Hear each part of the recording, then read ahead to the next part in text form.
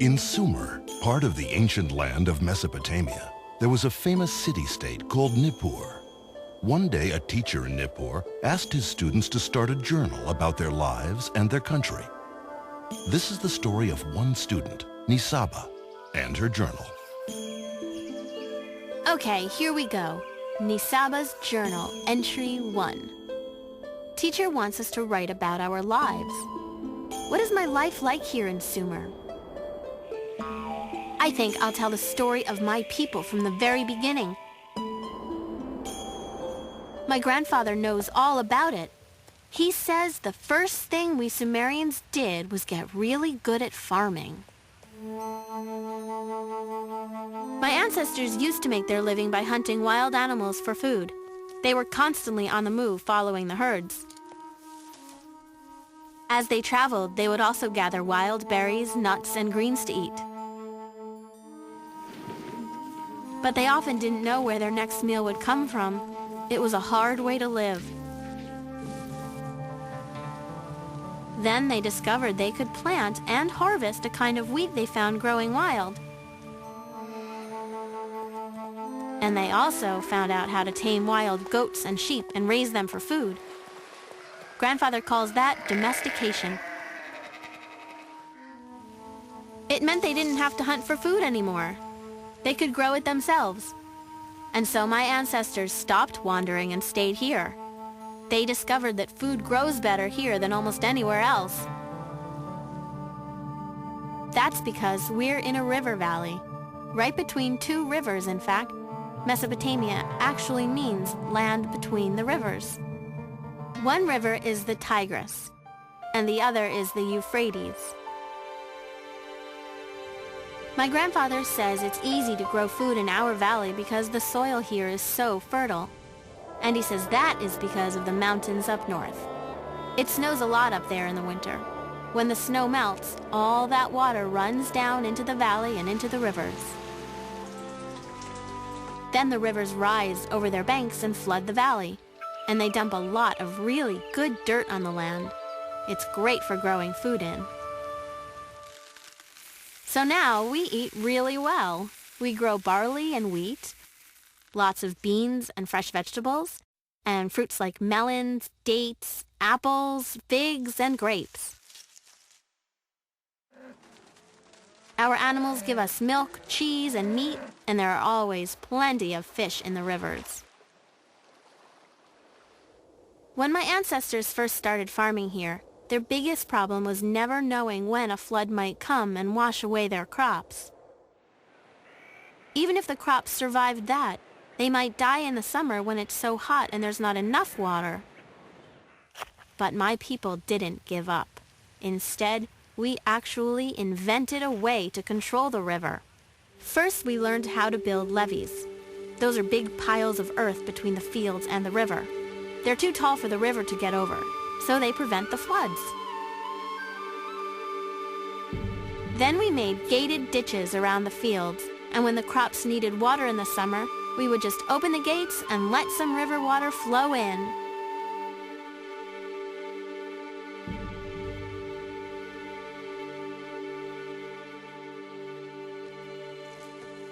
To plant our crops, we use a great tool called a plow. It's a Sumerian invention, and we use an ox to pull the plow, another of our great ideas. Some of our smartest people invented a calendar based on the moon and stars. My grandfather says nobody had ever thought of a way to measure time like that before. It helps us know when the floods will come. In our calendar, each year has 12 months, and each month has 30 days. Each month is represented by one of the constellations in the sky. They're called the zodiac. Our priests watch the zodiac to know which month it is. That way, they know when the floods from the mountains will arrive. We Sumerians also invented writing. My grandfather says that in the old days, nobody knew how to write. Well, if you can't write, how do you keep track of how many animals you sold last month? What are you supposed to do, paint them on cave walls? No, we're much more modern here in Sumer. We figured out how to write on clay tablets. You just take a piece of reed and cut a stylus from it. That's a sort of hard-pointed tool. You press the point into some wet clay, and pretty soon you're writing. Our style of writing is called cuneiform. With writing, you can keep records of everything you do. It's great, because then you don't have to remember it all. You also can make things permanent when you write them down. For example, we were the first people to write down our laws. But this is maybe the best thing we invented. The wheel. You'd think somebody back in the old days would have thought of it sooner, but we were the first. Before carts and wheels, we used to just drag things around. That was hard. But like I said, we are very modern here in Sumer.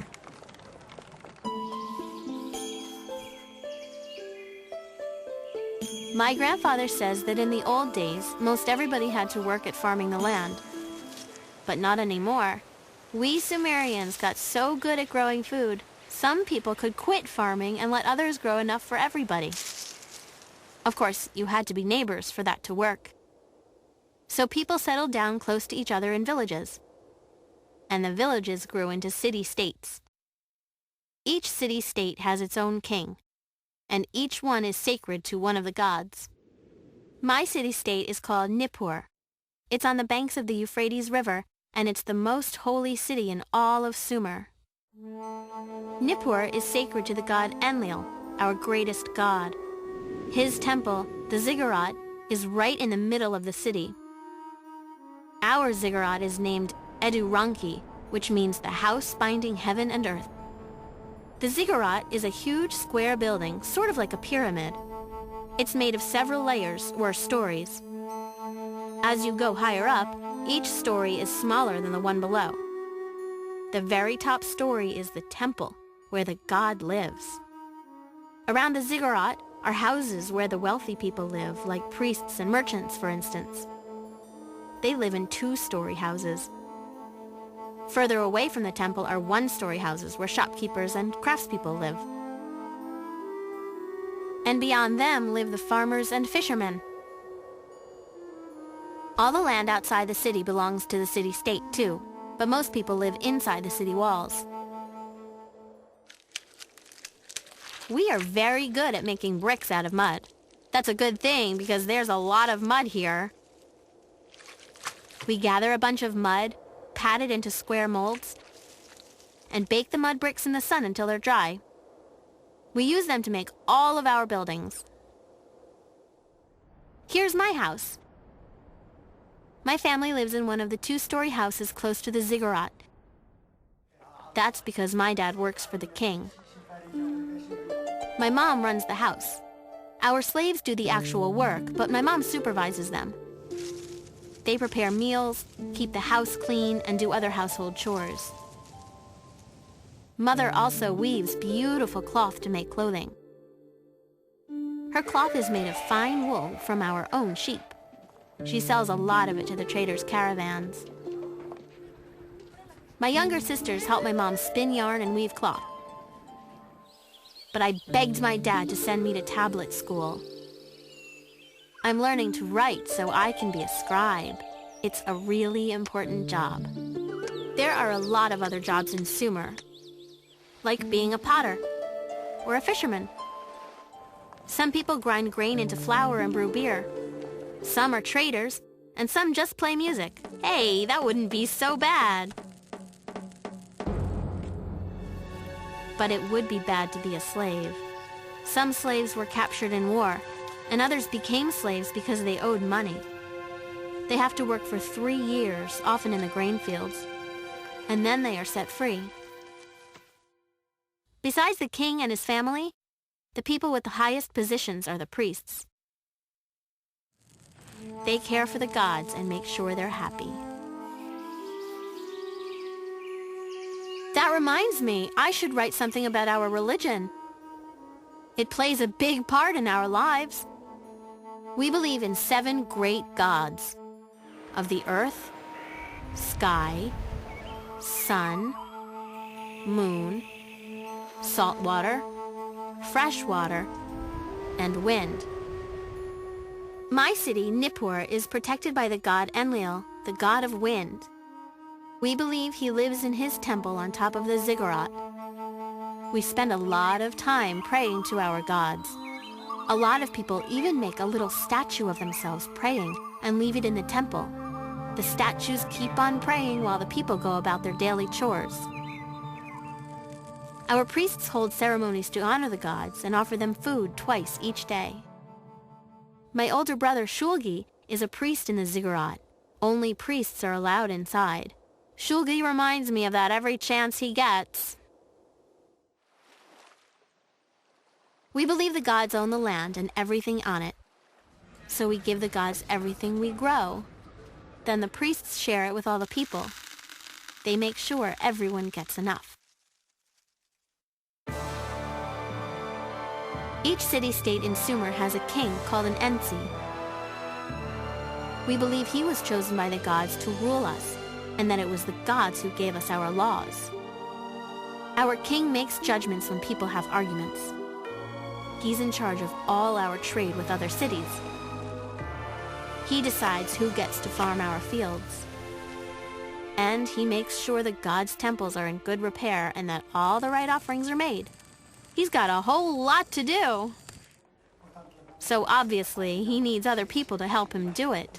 My dad is one of them, and of course my brother helps because he's a priest. Maybe I'll work there too when I'm older.